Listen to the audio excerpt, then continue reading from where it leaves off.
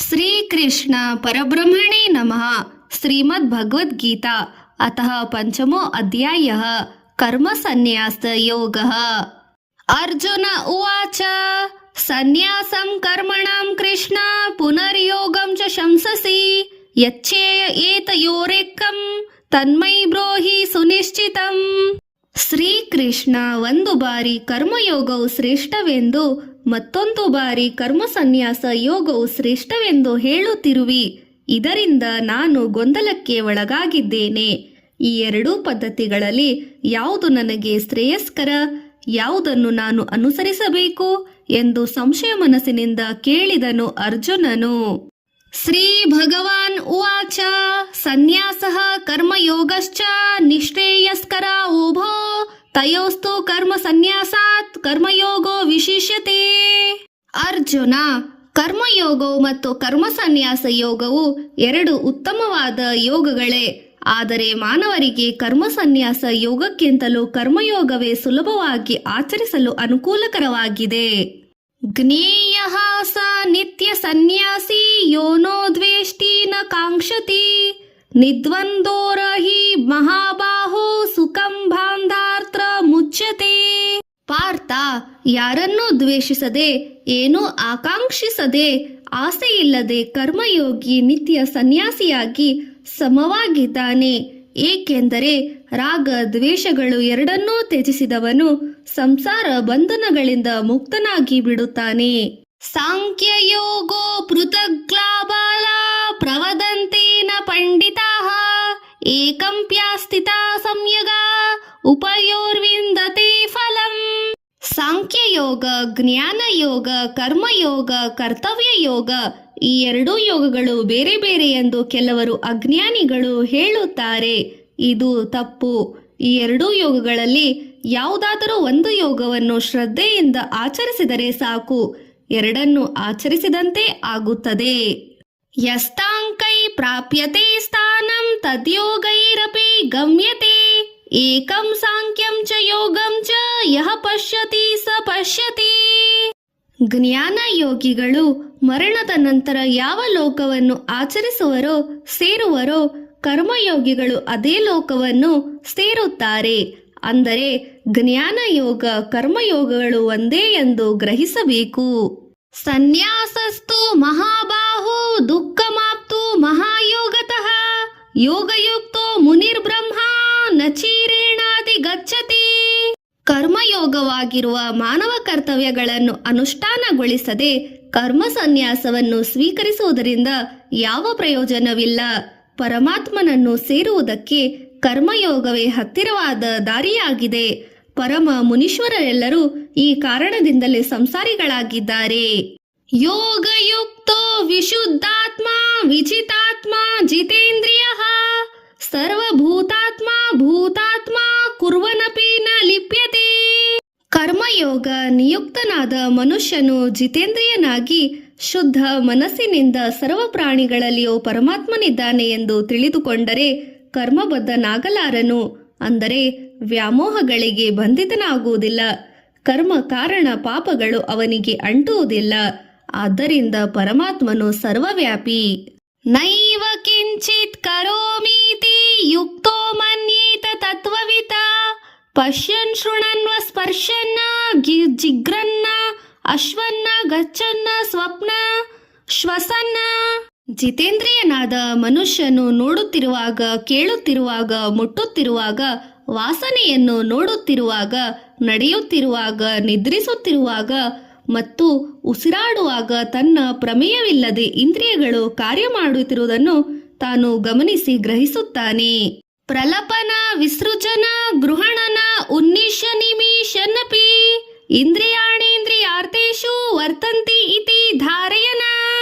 ಮಾತಾಡುತ್ತಿರುವಾಗ, ಬಿಡುವಾಗ ಮತ್ತು ಹಿಡಿಯುವಾಗ, ಕಣ್ಣು ಮುಚ್ಚುವಾಗ ಮತ್ತು ತೆರೆಯುವಾಗ, ತಿನ್ನುವಾಗ ಮತ್ತು ವಿಸರ್ಜಿಸುವಾಗ ಇಂದ್ರಿಯಗಳು ತಮ್ಮ ತಮ್ಮ ಕಾರ್ಯಗಳನ್ನು ಮಾಡುತ್ತಿವೆ ಎಂದು ಇಂದ್ರಿಯಾರ್ಥಗಳ ಮೇಲೆ ತನ್ನ ಪ್ರಭುತ್ವ ಇಲ್ಲವೆಂದು ಭಾವಿಸುತ್ತಾನೆ.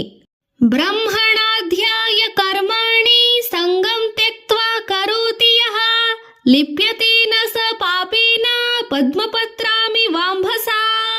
ನಮ್ಮ ಕರ್ಮಗಳನ್ನು, ಕರ್ಮ ಭಾರವನ್ನು, ಕರ್ಮ ಫಲಿತವನ್ನು ಪರಮಾತ್ಮನ ಅಧೀನ ಮಾಡಿ ಆಶಾರಹಿತ ಮನಸ್ಸಿನಿಂದ ಕರ್ಮಾಚರಣೆ ಮಾಡುವ ಮನುಷ್ಯನಿಗೆ ತಾವರೆ ಎಲೆಯ ಮೇಲಿರುವ ನೀರಿನ ಹನಿಗಳ ಹಾಗೆ ಪಾಪಗಳು ಅಂಟುವುದಿಲ್ಲ ಎಂದರೆ ಕಮಲದ ಹಾಗೆ.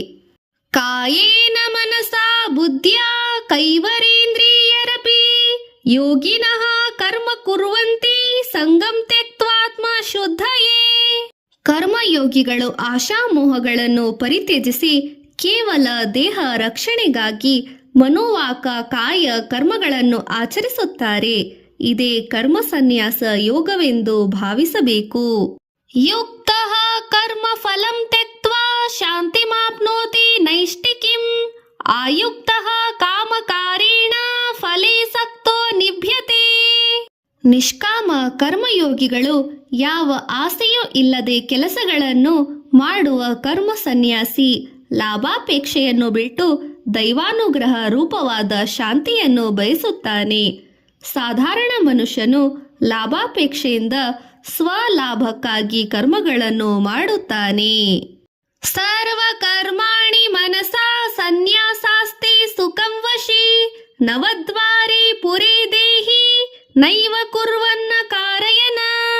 ಸಾಂಖ್ಯಯೋಗದಿಂದ ಮನಸ್ಸನ್ನು ಸ್ವಾಧೀನದಲ್ಲಿಟ್ಟುಕೊಂಡು ಕರ್ಮಗಳನ್ನು ಆಚರಿಸದೆಯೇ ವಿರಕ್ತನಾಗಿ ಶರೀರವನ್ನು ದೈವಾರ್ಪಣೆ ಮಾಡಿ ಸಚ್ಚಿದಾನಂದ ಸ್ವರೂಪಾನುಭವವನ್ನು ಪಡೆಯುವುದೇ ಕರ್ಮ ಸನ್ಯಾಸ ಯೋಗ. ನ ಕರ್ತೃತ್ವಂ ನ ಕರ್ಮಾಣಿ ಲೋಕಸ್ಯ ಸೃಜತಿ ಪ್ರಭುಃ ನ ಕರ್ಮಫಲ ಸಂಯೋಗಂ ಸ್ವಭಾವಸ್ತು ಪ್ರವರ್ತತೆ. ಪರಮೇಶ್ವರನು ಮಾನವರ ಕರ್ಮಗಳನ್ನು ಅಥವಾ ಕರ್ತವ್ಯಗಳನ್ನು ಸೃಷ್ಟಿ ಮಾಡುವುದಿಲ್ಲ. ನಮ್ಮ ಗುಣ ಸ್ವಭಾವಗಳೇ ನಮ್ಮ ಕರ್ಮಗಳಾಗಿರುತ್ತವೆ. ನಮ್ಮ ಬುದ್ಧಿಯಂತೆ ಕರ್ಮಗಳಿರುತ್ತವೆ. ನಮ್ಮ ಕರ್ಮದಂತೆಯೇ ಬುದ್ಧಿ ನಡೆಯುತ್ತದೆ. ನಾದತೆ ಕಸ್ಯಚಿತ್ ಪಾಪಂ ನ ಚೈವ ಸುಕೃತಂ ವಿಭುಃ ಅಜ್ಞಾನೇನಾವೃತಂ ಜ್ಞಾನಂ ತೇನ ಮುಹ್ಯತೆ ಜಂತವಃ. ಸ್ಥಾವರ ಜಂಗಮಾದಿ ಅಣು ಪಿಪೀಲಿಕಾದಿ ಪರ್ಯಂತವೂ ತುಂಬಿರುವ ಪರಮಾತ್ಮನು ಅಣುರೇಣು ತೃಣಕಾಷ್ಟಗಳಲ್ಲಿ ಇರುವ ಭಗವಂತ ಯಾರ ಪುಣ್ಯವನ್ನಾಗಲಿ ಪಾಪವನ್ನಾಗಲಿ ಸ್ವೀಕರಿಸುವುದಿಲ್ಲ. ಯಾವುದಕ್ಕೂ ಭಾಗ ಸ್ವಾಮಿ ಆಗುವುದಿಲ್ಲ. ಆದರೆ ಮಾನವರ ಬುದ್ಧಿಶಕ್ತಿ ಮೋಹದಿಂದ ಆವರಿಸುತ್ತಿರುವುದರಿಂದ ಪಾಪ ಪುಣ್ಯಗಳ ಭಾರವನ್ನು ದೇವರ ಮೇಲೆ ಹಾಕುತ್ತಾರೆ. ಜ್ಞಾನೇನ ತು ತದಜ್ಞಾನಂ ಯೇಷಾಂ ನಾಶಿತಮಾತ್ಮನಃ ತೇಷಾಮಾದಿತ್ಯವಜ್ಞಾನಂ ಪ್ರಕಾಶಯತಿ ತತ್ಪರಂ. ಸಮಸ್ತ ಮನುಷ್ಯರ ಅಜ್ಞಾನ ಅಂಧಕಾರವು ಪರಮಾತ್ಮನ ಸಾಂಗತ್ಯದಿಂದ ಅಂದರೆ ಪರಮಾತ್ಮನ ಸಮೀಪದಿಂದ ದೂರವಾಗಿ ಬಿಡುತ್ತದೆ. ಆವಾಗ ಪರಮಾತ್ಮನು ಪ್ರಕಾಶಿಸುವ ಸೂರ್ಯನಂತೆ ಕಾಣುತ್ತಾನೆ. ತದ್ಬುದ್ಧಯಸ್ತಾದಾತ್ಮನಃ ತನಿಷ್ಠಾಸ್ಪದ ರಾಯಣಃ ಗಚ್ಚಂತು ಪುನರಾವೃತ್ತಿಂ ಜ್ಞಾನ ನಿರ್ಧೋತ್ಮಕ ಕಲ್ಮಷಃ. ಅಜ್ಞಾನ ಅಂಧಕಾರವು ದೂರವಾದ ನಂತರ ಮನಸ್ಸು, ಮಾತು, ದೇಹ ಪರಮಾತ್ಮನಿಗೆ ಅರ್ಪಿತವಾಗಿ ಬಿಡುತ್ತವೆ. ಆವಾಗ ಜನನ ಮರಣ ರಹಿತವಾದ ಪರಮಗತಿಯನ್ನು ಹೊಂದುತ್ತಾರೆ. ವಿದ್ಯಾ ವಿನಯ ಸಂಪನ್ನಿ ಬ್ರಾಹ್ಮಣೇ ಗವಿ ಹಸ್ತಿನಿ ಶುನಿ ಚೈವ ಶ್ವಪಾಕೇ ಚ ಪಂಡಿತಾಃ ಸಮದರ್ಶಿನಃ. ಯಥಾರ್ಥವಾದ ಜ್ಞಾನಿಗಳಾದ ಪಂಡಿತರು ವಿದ್ಯಾ ವಿನಯವಂತನಾದ ಬ್ರಾಹ್ಮಣನನ್ನು, ಗೋಮಾತೆಯನ್ನು, ದೊಡ್ಡ ಪ್ರಾಣಿಯಾದ ಆನೆಯನ್ನು ಮತ್ತು ನಾಯಿಯನ್ನು, ಪರಮ ಚಾಂಡಾಲನಾದ ಮನುಷ್ಯನನ್ನೂ ಸಹ ಒಂದೇ ದೃಷ್ಟಿಯಿಂದ ನೋಡುತ್ತಾರೆ. ಅಂದರೆ ಜ್ಞಾನಿಯಾದವನಿಗೆ ಬಡವ, ಶ್ರೀಮಂತ, ಪಂಡಿತ, ಪಾಮರರೆಂಬ ವ್ಯತ್ಯಾಸಗಳಿರುವುದಿಲ್ಲ. ಅವನೇ ಜ್ಞಾನಿ. ಇಹೈವ ತ್ಯರ್ಜಿತಃ ಸರ್ಗೋ ಈಶಾಂ ಸ್ಯಾಮಿ ಸ್ಥಿತಂ ಮನಃ ನಿರ್ದೋಷಂ ಹಿ ಸಮಂ ಬ್ರಹ್ಮ ಅಸ್ಮಾತ್ ಬ್ರಹ್ಮಣಿ ತೇ ಸ್ಥಿತಾಃ. ಸಮಸ್ತ ಸರ್ವ ವಿಷಯಗಳಲ್ಲಿ ಸಮಭಾವನೆ ಇರುವಂತ ಜನರು ಈ ಜನ್ಮದಲ್ಲಿಯೇ ಎಲ್ಲ ಸರ್ವ ಜಗತ್ತನ್ನು ಗೆದ್ದವರಾಗುತ್ತಾರೆ, ಮುಕ್ತಿ ಪಡೆಯಲು ಅರ್ಹರಾಗುತ್ತಾರೆ. ಇಂಥ ಜನರು ಪರಮಾತ್ಮನಿಗೆ ಪ್ರೀತಿ ಪಾತ್ರರಾಗುತ್ತಾರೆ, ಬ್ರಹ್ಮಲೋಕವನ್ನು ಪ್ರವೇಶಿಸಲು ಅರ್ಹರಾಗುತ್ತಾರೆ. ನ ಪ್ರಿಯಶೀತ ಪ್ರಿಯಂ ಪ್ರಾಪ್ಯ ನೋದ್ವಿಜೇತ್ ಪ್ರಾಪ್ಯ ಚಾಪ್ರಿಯಂ ಸ್ಥಿರ ಬುದ್ಧಿರ್ ಸಮೂಢಿ ಬ್ರಹ್ಮವಿದ ಬ್ರಹ್ಮಣಿ ಸ್ಥಿತಃ. ಹಿತ ಲಾಭಗಳಿಗೆ ಆನಂದ ಪಡದೆ ಕಷ್ಟ ನಷ್ಟಗಳಿಗೆ ಕುಗ್ಗದೆ ಸುಖ ದುಃಖಗಳನ್ನು ಸಮಬುದ್ಧಿ ನೋಡುವ ಮನುಷ್ಯನು ಮತ್ತು ಸ್ಥಿರವಾದ ಬುದ್ಧಿ ಇರುವ ಮನುಷ್ಯನು ವ್ಯಾಮೋಹಗಳಿಗೆ ವಶನಾಗದೆ ಮನುಷ್ಯನು ಬ್ರಹ್ಮತ್ವ ಸ್ಥಿತಿಯನ್ನು ಪಡೆಯುತ್ತಾನೆ. ಬ್ಯಾಹ್ಯ ಸ್ಪರ್ಶೇಶ್ವ ಸಕ್ತಾತ್ಮ ವಿದತ್ಯಾತ್ಮನಿ ಯಸ್ತುಕಂ ಸ ಬ್ರಹ್ಮಯೋಗ ಯುಕ್ತಾತ್ಮ ಸುಖಮಕ್ಷಯಂ ಶ್ನೂತೆ. ಜಗತ್ತಿನಲ್ಲಿರುವ ಎಂದರೆ ಪ್ರಪಂಚದಲ್ಲಿರುವ ಸಮಸ್ತ ವಿಷಯಗಳನ್ನು ತ್ಯಜಿಸಿ ಪ್ರಾಪಂಚಿಕ ವಿಷಯಗಳನ್ನು ಆಸಕ್ತಿ ವಹಿಸದೆ ಆಧ್ಯಾತ್ಮಿಕ ಜೀವನವನ್ನು ಸಾಗಿಸುವ ಮನುಷ್ಯನು ಆತ್ಮಾನಂದದಿಂದ ಅಕ್ಷಯ ಸುಖವನ್ನು ಅನುಭವಿಸುತ್ತಾನೆ.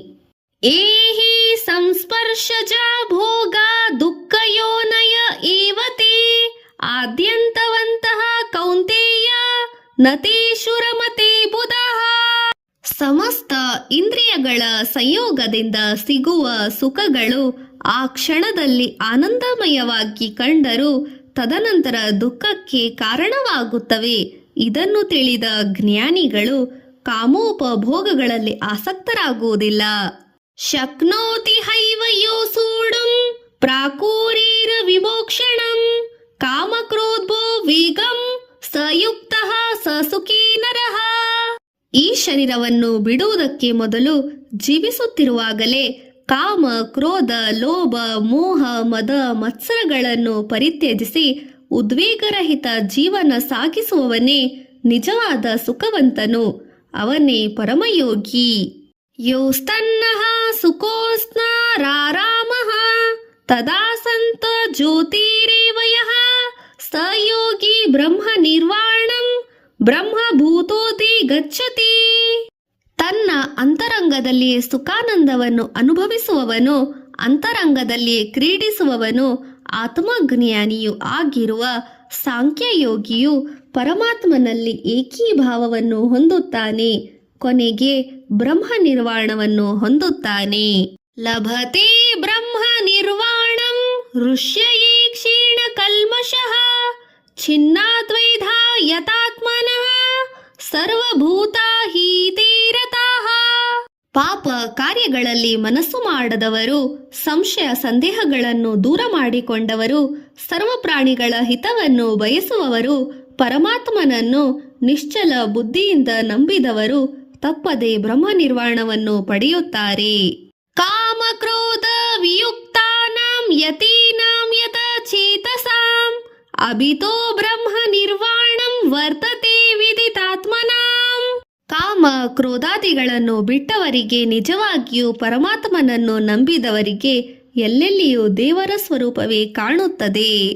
ಸ್ಪರ್ಶಾನಂ ಕೃತ್ವಾ ಬಹಿರ್ಭ್ಯಾಯಾರನ ಚಕ್ಷುಷೈವ ವಾಂತರೇ ಭ್ರುವೋ ಪ್ರಾಣಾಪಾನೋ ಸಮೋ ಕೃತ್ವಾ ನಾಸಾಮ್ಯಂತ್ಯರಾಚಾರಿಣೋ.